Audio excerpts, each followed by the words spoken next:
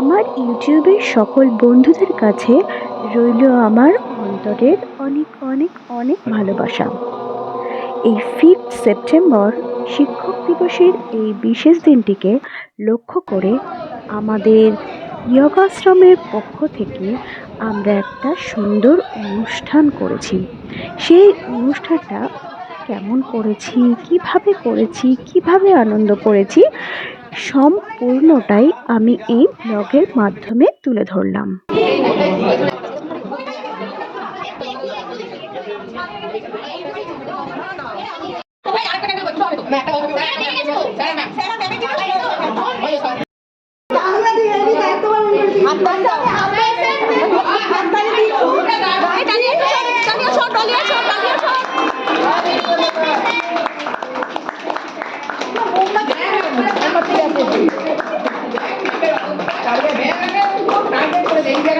আসছে বছর আবার হবে।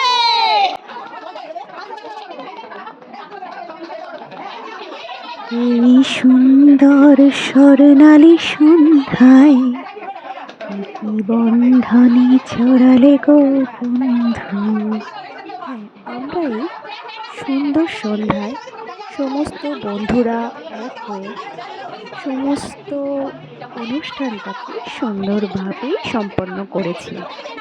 এখানে স্যার ম্যাডাম দুজনেই উপস্থিত, আর তার পাশে তাদের কন্যা, একমাত্র কন্যা দাঁড়িয়ে আছে।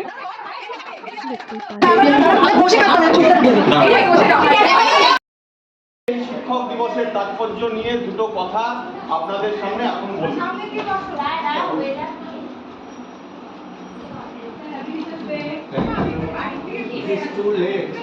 আমাদের এই অনুষ্ঠানটা আরো সুন্দর হয়ে উঠেছে আমাদের স্যারের সুন্দর বক্তব্য।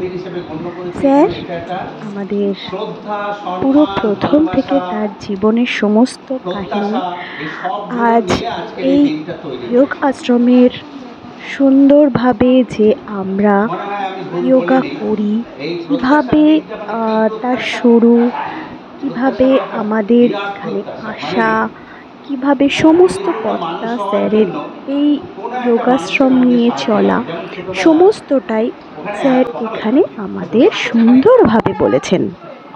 মা যখন একটা শিশুকে লালন পালন করে, ওই শিশুটা বুঝতে না পারলে তার ভেতর থেকে একটা প্রত্যাশা জাগায়, যে এই প্রত্যাশাগুলো কি মা আমার দেখে আমি সেই জায়গাটা পূরণ করবো, যে জায়গাটা একটা পরিচ্ছন্ন মানুষকে পূরণ করা প্রয়োজন।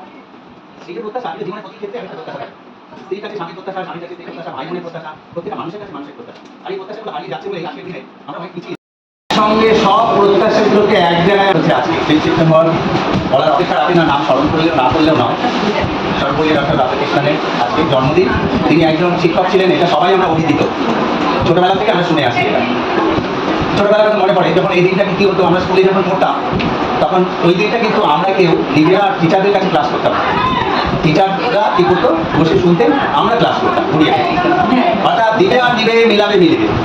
রবীন্দ্রনাথ যা বলে গেছে ওর বাইরে হবে না কিছু। দিবে আর নিবে, মিলাবে দিবে। তারা দিয়েছে বলে আমরা পেয়েছি, আবার আমরা দিচ্ছি বলে পাই। মানে এটা ভবিষ্যতের প্রত্যাশা, ওটাও কিন্তু প্রত্যাশা।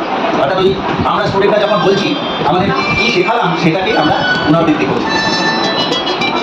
তাহলে এই যে প্রত্যাশার সমন্বয়, এই সমন্বয় ব্যতিক্রম কি আগে কোথাও কোথাও কি হতো, যেখানে শিখেছিল অন্যান্য বিষয়, কিন্তু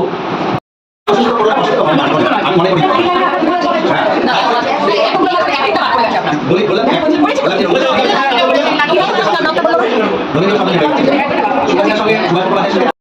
নিজেকে সুস্থ করতে গিয়ে ভাবলাম যে এটাতেই আমায় করতে হবে। সবসময় চাইতাম, আমি কারো কাছে কিছু চাই না। সত্যি মানুষ আগে জিনিস আর আমার কোনো অভাব নেই। সত্যি মানে জ্ঞান তো বলছি, ভেতর থেকে অন্তর থেকে বলছি, ঈশ্বরের কৃপায় তোমাদের শুনেছে আমার কোনো অভাব নেই, ভালো আছে। আমার এর থেকে বড় ওঠার দরকার নেই। আমি যা আপনার বসুন, দাবি কতক্ষণ থাকে, ঠিক আছে। তখন ভাবলাম কিছু একটা করতে হবে, কিন্তু পড়ার আগে তো আগে দীক্ষাটা আমায় দিতে হবে। তো আমার যে গুরু তিনি হচ্ছে ঢাকুরিয়ার বাবুবাগানে আমাদের সেন্টার, মূল সেন্টার, হ্যাঁ, ইনস্টিটিউট অফ যোগা সেন্টার আর কি। এটা মমতা শঙ্করের শ্বশুরবাড়ির পাশের বাড়িটাই আমাদের অফিস ছিল। ওখানেই প্রথম শুরু করলাম। এবারে শুরু করলাম, কিছুদিন পড়ার পরেই মাথায় এলো আমার গুরুর সঙ্গে আলোচনা করে, সে বললো তুমি এখান থেকে তখন সেই কোর্স শুরু করলাম। কত প্রায় 1 থেকে 1.5 বছর টানা প্রত্যেক শনিবার রোববার আমি ভোর 5টার সময় বেরিয়ে যেতাম, ওখান থেকে 12টা পর্যন্ত ক্লাস করে তারপর বাড়ি ফেরার পথে গান শিখে আসতাম, সেটা ছাড়িনি, সেটা আবার বালিগঞ্জে বিবেকানন্দ পার্কের গায়ে গুরুবার অনেক পরিশ্রম করেছি ওখান থেকে করতে করতে। হ্যাঁ আজকে না না, অনেক দিন আছে, অনেক দিন আছে, বলা যায় সব একদিনে হবে না, অন্য দিন হবে। স্যার দু লাইন যেটা বলছি সেটা বলবো, কথার মধ্যে দিয়ে গান দিয়ে আবার এই গাবো আমি, এই শোনাবো আজি আনন্দ ধামে, পুরবাসী জনে এনেছি ডেকে। ভুলে গেছি না কথা, তোমারও অমৃত নামে এই গাবো আমি, এই শোনাবো আজি আনন্দ ধামে।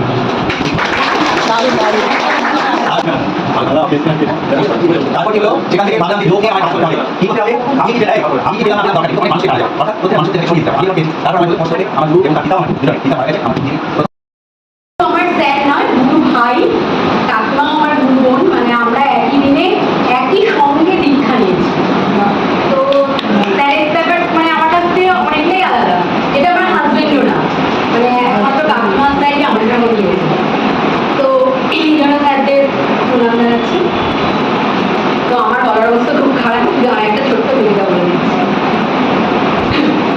অভিযোগ দিদি অপরাধ আদর্শ হোক দুর্গা মাতর, পারবো না আজ না হয় খা, এবার মেয়ে শরীর ভাজে গোটা 10 অস্ত্ররা, পুতুল খেলে কাজ নেই মা, কাস্তে কাকেই খেলনা কর, ওরা দেশে নাচ গান নয়, নিয়ম করে শরীর কর, পায়ে ঝুমুর মল না করে জুতোর নিচে পেরেক রাখ, পারলে বয়স ভক্ত মাঝে লঙ্কা গুঁড়োয় মোড়ক খা, চুলকে সাজাস তীক্ষ্ণ কাঠা, নখের আগায় রাখিস হাত, পোশাক মতো কিংবা ছেঁড়া তিন গেথে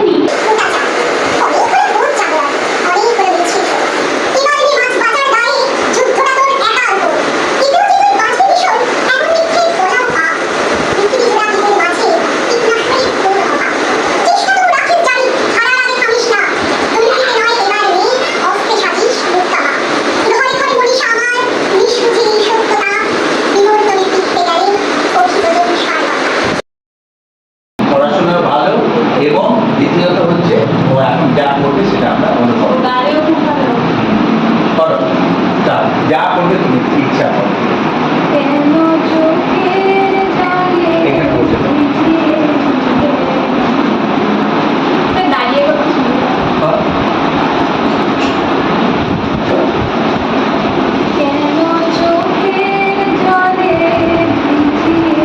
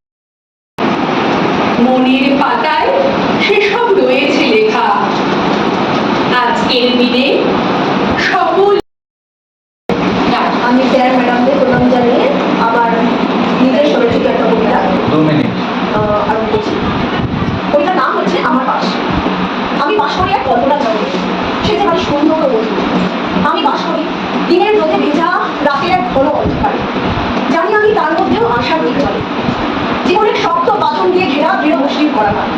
তার মধ্যেও আছে বিস্তীর্ণতার শূন্যবাদের মান, যা আজও তাকিয়ে আছে সেই সুদূর আকাশের পানে। যেমন করে থাকি সকল সেই নদীর উদ্যানে। আমি বাস করি আমি আমার ঘরে।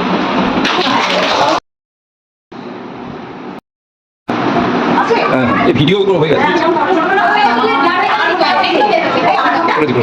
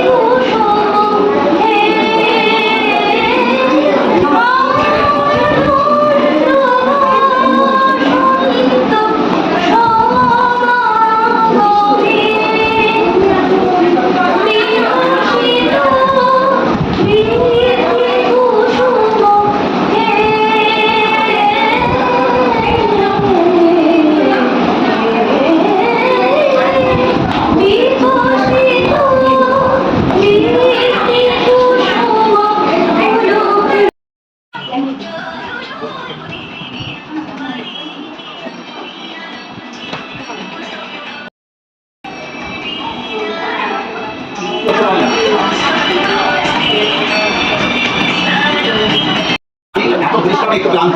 আমি তখন এটা ব্যাপারে আমার এক বিশাল